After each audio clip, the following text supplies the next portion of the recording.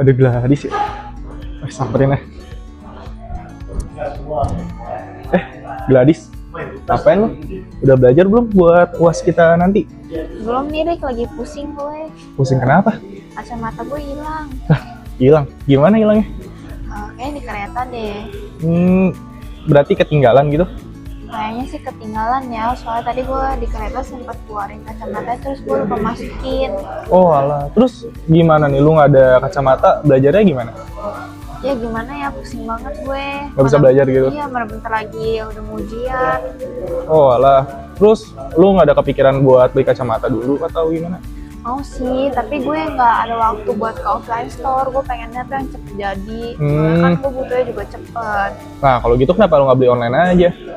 Kalau di online gue takut gak sesuai sama gue. Nanti sayang Oh. kalau gak sesuai. Ya juga sih, tapi emang lu butuh kacamata yang kayak gimana tuh? Gue maunya tuh yang cocok di muka gue sebenarnya.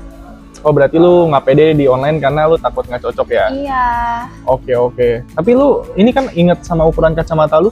inget kok. Nah kalau kayak gitu lu tenang aja Dis, karena gua ada nih recommend store online kacamata yang mana lu bisa pakai teknologi namanya virtual fitting. Jadi walaupun lu nggak perlu ke offline store, lu bisa fitting kacamata lu cuma dari foto muka lu doang Dis. Jadi seenggaknya lu bisa tahu lah itu kacamata cocok atau enggak sama lu itu. Wah, keren banget tuh. Mau coba dong gue, apa nama tokonya? Nah, nama tokonya ini Dis, namanya Trioptics.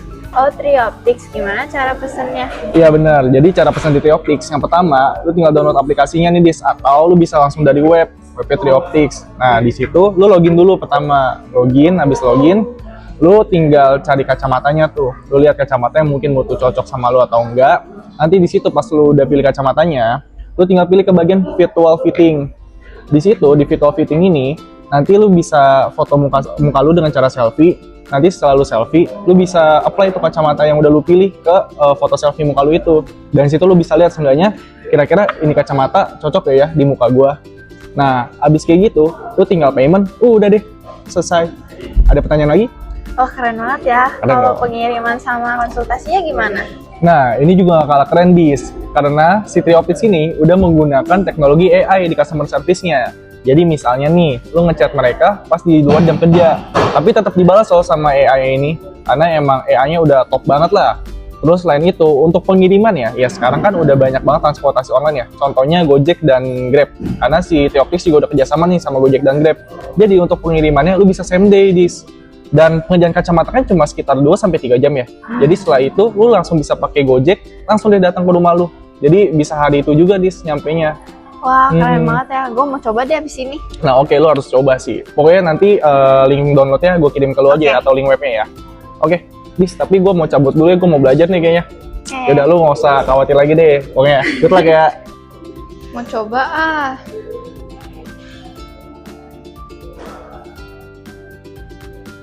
Tinggal masukin minus sama alamat, payment deh. Dah, tunggu. Paket, Kak Gladys. Ada paket, Kak? Iya, makasih. Sama-sama.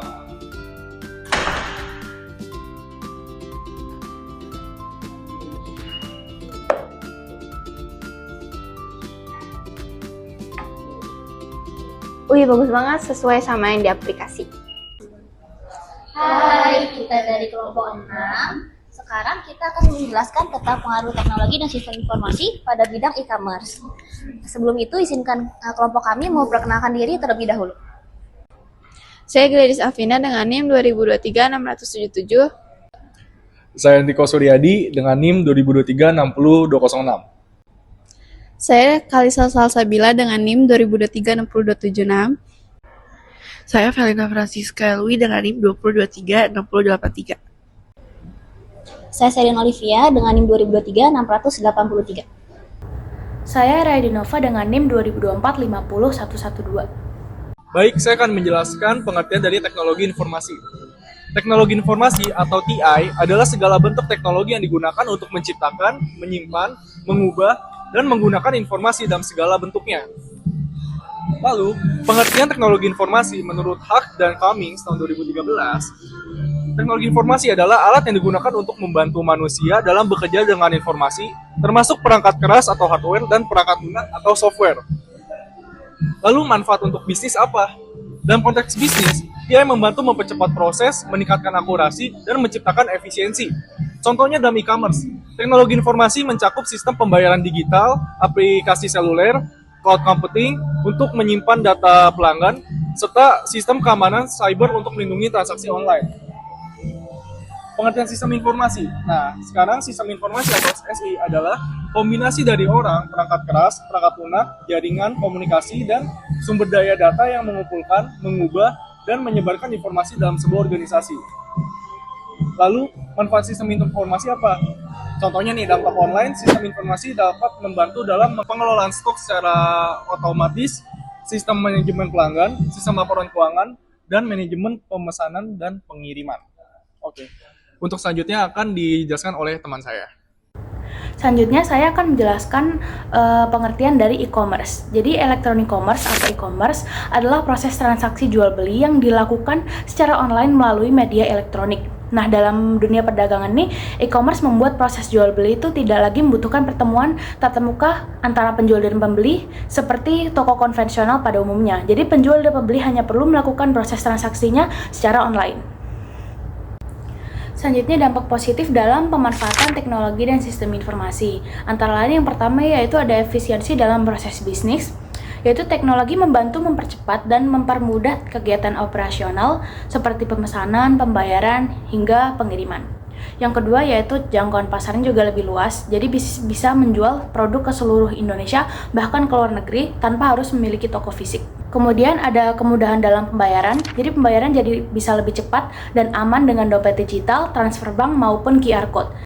Kemudian ada fleksibilitas dan inovasi produk, jadi bisnis dapat melakukan uji coba pada produk baru, sistem pemesanan langganan atau integrasi dengan layanan pihak ketiga dengan cepat.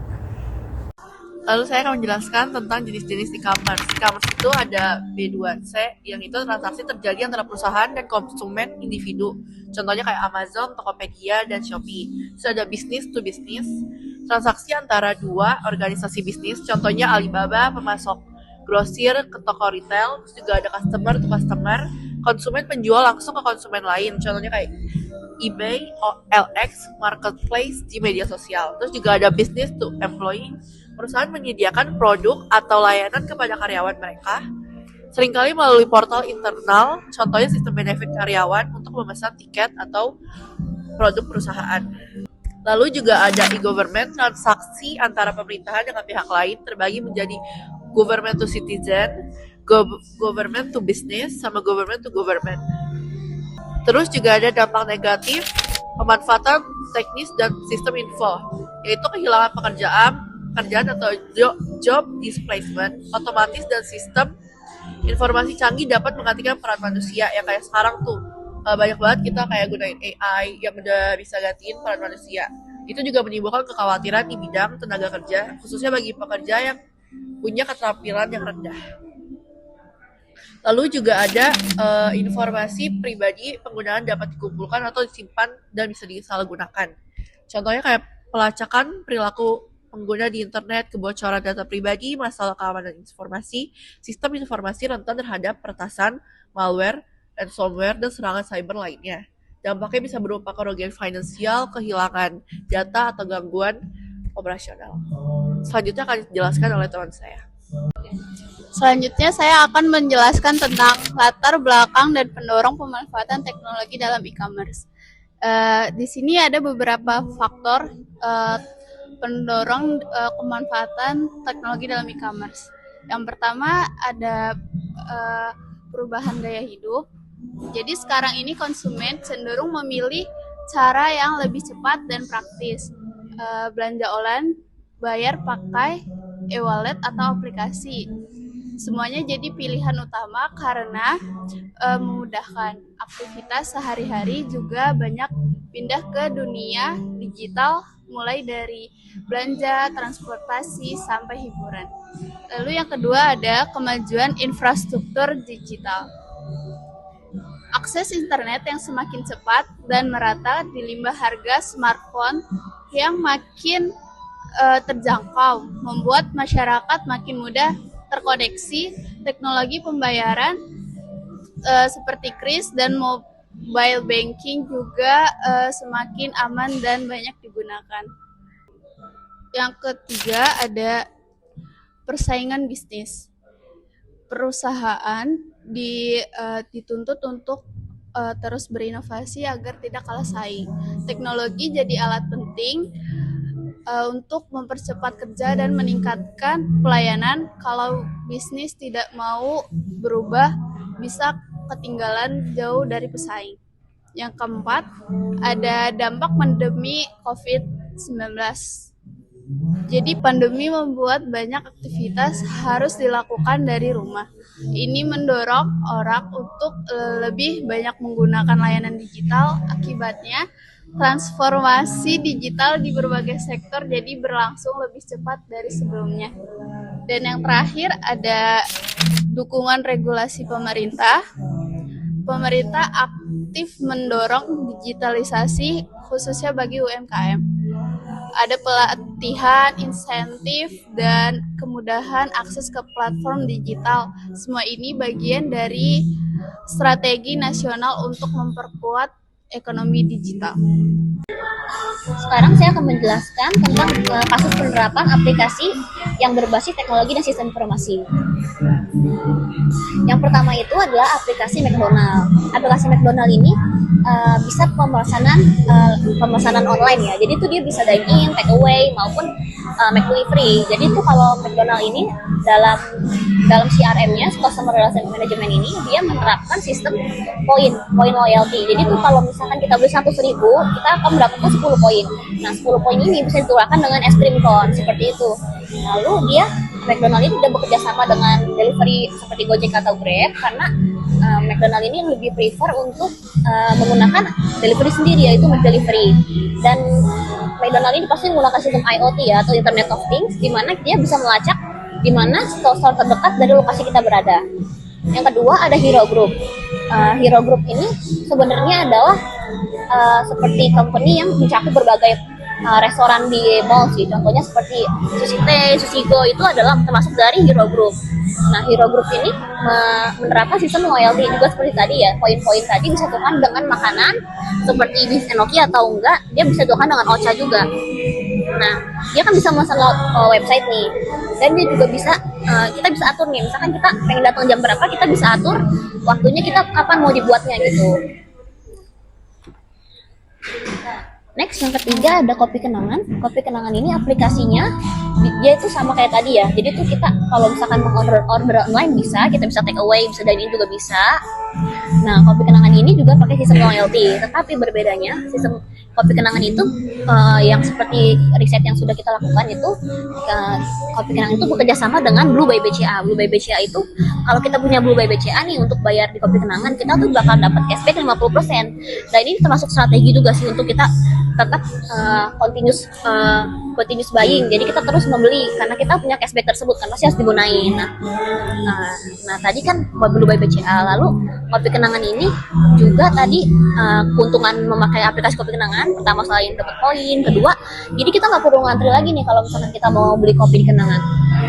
Nah, yang ketiga, Kopi Kenangan ini bekerja sama dengan mitra delivery seperti Gojek, Grab, seperti itu. Yaitu dia kerjasama kan untuk pengirimannya, tidak menyediakan delivery lain. Yang keempat ada aplikasi Janji Jiwa. Aplikasi Janji Jiwa ini menggunakan strategi brand awareness, yaitu dulu sekitar 3 bulanan lalu kita sudah riset. Nah, Janji Jiwa ini memakai program serba 10.000. Jadi minumannya itu dulu serba 10.000. Jadi tuh kayak orang-orang jadi tertarik untuk beli karena harganya affordable. Jadi tuh orang-orang jadi mencoba download aplikasi karena 10.000 itu hanya tersedia di aplikasi aja. Lalu orang-orang jadi tahu nih, mengenal, oh ini tuh ada Kopi Janji Jiwa loh, seperti itu. Lalu Kopi Janji Jiwa ini menyediakan juga kok untuk delivery, seperti delivery memakai mitra Gojek atau Grab. Nah, Janji Jiwa ini juga bekerja sama dengan ShopeePay untuk pembayarnya, GoPay, seperti itu. Bisa juga Kris juga sih. Lalu aplikasi yang terakhir adalah aplikasi Fore Coffee. Fore Coffee ini termasuk aplikasi yang sama tadi dengan kopi kenangan sih, cuman aplikasi Fore ini sebenarnya untuk harga yang lumayan tinggi dibandingkan kopi-kopi sebelumnya. Fore ini mengumpulkan poinnya juga agak banyak, jadi poinnya harus banyak dulu baru bisa membeli satu kopi. Nah, Fore Coffee ini juga sama kayak aplikasi-aplikasi yang tadi, jadi tuh dia bisa mendeteksi lokasi di mana kita berada, jadi kita tahu nih store mana yang terdekat dari kita, jadi kita bisa langsung pesen dan kita bisa, kalau dari aplikasi itu ada promo-promonya tersendiri sih dibandingkan kita harus beli secara offline dan harus ngantri dulu. Jadi gitu kita nggak perlu ngantri, jadi langsung kita bisa beli aplikasi, nanti ada notifikasinya kalau pesanan kita udah mau jadi atau sudah siap diambil. Jadi ntar bisa dipanggil by name aja kalau misalkan kita udah siap. Jadi sekarang saya akan menjelaskan implementasi dari penggunaan teknologi sistem informasi pada pembuatan aplikasi. Jadi sekarang saya akan menjelaskan ada teknologi apa sih yang bisa digunakan untuk membuat prototipe atau gambaran dari sebuah aplikasi kayak Alura seperti apa. Bisa menggunakan aplikasi Figma. Ini adalah sebuah web ya. Kalau di sini saya gunainnya web. Nah, ini contoh aplikasi gambaran aplikasi yang telah kelompok kami buat. Ini logo dari aplikasinya. Ini bisa ditekan-tekan ya. Ini kan virtual try on. Ini contohnya ini virtual try on, ya fitur yang berguna untuk menciptakan keunggulan advantage bagi dunia e-commerce gitu ya. Ini bisa dipencet-pencet kayak gini prototipenya. Bisa masuk.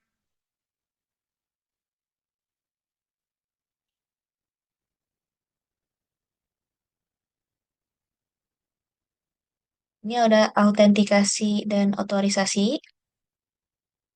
Lalu ini gambaran aplikasinya seperti ini. Ini bisa di desain sendiri ya, flow-nya mau seperti apa, atau bentuknya, atau logonya bisa dirubah. Ini juga bisa dirubah-rubah. Nah, ini bisa dipencet-pencet.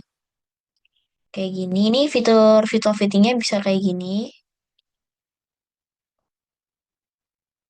Ini gambaran aja, gambaran singkatnya mengenai web Figma ini yang bisa digunakan untuk kita kalau misalkan mau mengajukan proposal kepada perusahaan tentang aplikasi yang ingin diluncurkan, kita bisa melalui aplikasi Figma ini. Nah, ini yang termanual ini maksudnya tuh kan kita kan lagi membahas tentang penerapan teknologi sistem informasi. Lalu ini enter manual maksudnya itu struk yang sudah kita dapat dari pengecekan kacamata di offline store akan bisa dimasukkan enter manual di sebelah sini. Lalu use barcode itu jika kita menerima struk dari offline store pengecekan mata, nanti ada barcode bisa langsung di scan aja. Jadi kita nggak usah perlu masukin lagi angkanya, biar lebih praktis aja. Enter manual kayak gini tampilannya. Lalu bisa milih lensanya juga seperti apa. Bisa kita biar mempermudah customer ya. Tujuannya tuh untuk mempermudah customer aja. Nah, ini juga ada ini sebelum checkout agak tampilan seperti ini, memakai e-payment ya, bisa payment pakai bank dan lain-lain. Nah, ini juga ada promo-promo yang tersedia untuk meningkatkan ketertarikan dalam memakai aplikasi ini. Sekian dan terima kasih. Selanjutnya ada kesimpulan. Pemanfaatan teknologi dan sistem informasi di dunia e-commerce sangat penting dalam mendukung efisiensi operasional, perluasan pasar, serta memberikan pengalaman pelanggan yang lebih baik. Contohnya, aplikasi terlihat pada berbagai merek seperti McDonald's dan Kopi Kenangan. Meskipun ada tantangan seperti keamanan data dan ketergantungan teknologi, solusi berkelanjutan dan strategi pengelolaan sistem informasi tetap diperlukan. Implementasi seperti aplikasi Smart Optic menunjukkan potensi besar dan inovasi berbasis teknologi. Selanjutnya ada saran. Agar e-commerce Indonesia bisa bersaing secara global, kami menyarankan untuk pelaku bisnis rutin memperbarui sistem informasi demi efisiensi dan keamanan. Selanjutnya ada UMKM diberi edukasi dan akses teknologi yang lebih besar dan luas. Selanjutnya ada perusahaan mengembangkan inovasi berdasarkan data kebutuhan pelanggan. Yang terakhir ada kolaborasi antara pengembangan teknologi dan pemerintah ditingkatkan untuk mendukung regulasi dan infrastruktur digital nasional. Sekian dari kelompok kami. Terima kasih.